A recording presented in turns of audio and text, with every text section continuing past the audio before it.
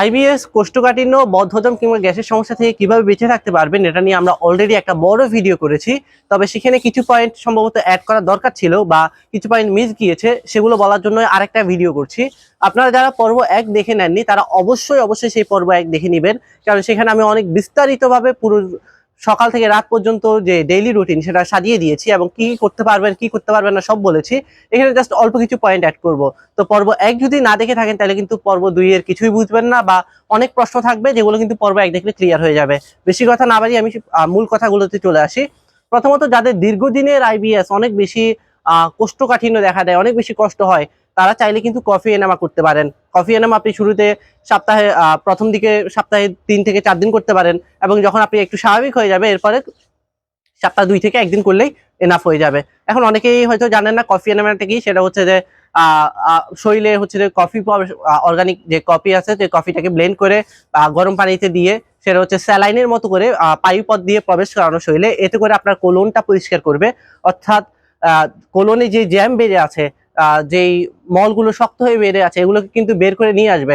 আপনি চেষ্টা করবেন যে যখন কফি এনেমা নিবেন, প্রথমে হচ্ছে যে আপনি 500 ml দিয়ে শুরু করতে পারেন, অর্থাৎ হাফ লিটার দিয়ে শুরু করতে পারেন। এরপরে আপনি হাফ লিটার দিয়ে নেওয়ার পরে আপনি চেষ্টা করবেন যে যখন শেষ হয়ে যাবে একটু বসে থাকার বা হচ্ছে যে টয়লেটের সাথে সাথে না যাওয়ার এবং পরবর্তীতে টয়লেটে যাওয়ার।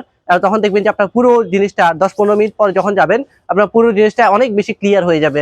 এই বিষয়ে বিস্তারিত আলাপ করবো না, এরপরের টপিকে যাচ্ছি। সেটা হচ্ছে আমরা একটা পয়েন্ট মিস করেছিলাম, এটা হয়তো খেয়াল ছিল না বলতে, যে অবশ্যই যাদের হজমের সমস্যা বা এই জাতীয় সমস্যা তারা কিন্তু যে সোয়াবিন তেল, সেই সোয়াবিন তেল কিন্তু অবশ্যই বাদ দিতে হবে। আপনারা চাইলে আহ সরিষার তেল খেতে পারেন, আপনারা চাইলে ঘি ব্যবহার করতে পারেন। এগুলো হচ্ছে যে বেস্ট একটা উপায় আর কি, সলিউশন।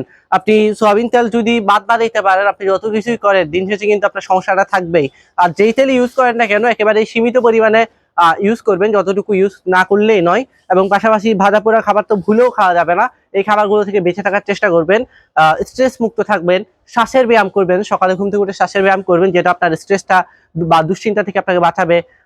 এবাদতে মাইন্ড একদম মাইন্ড অ্যান্ড সোল দিয়ে ইবাদত করতে পারেন, খুশুখুশির সাথে আল্লাহর সাথে সম্পর্কটা বিল্ড আপ করতে পারেন। এতে করে আপনি স্ট্রেস থেকে বেঁচে থাকতে পারবেন, দুশ্চিন্তা থেকে বেঁচে থাকতে পারবেন। খাবার খাওয়ার সময় আল্লাহর প্রতি কৃতজ্ঞতা, গ্রেটফুলনেস শো করবেন।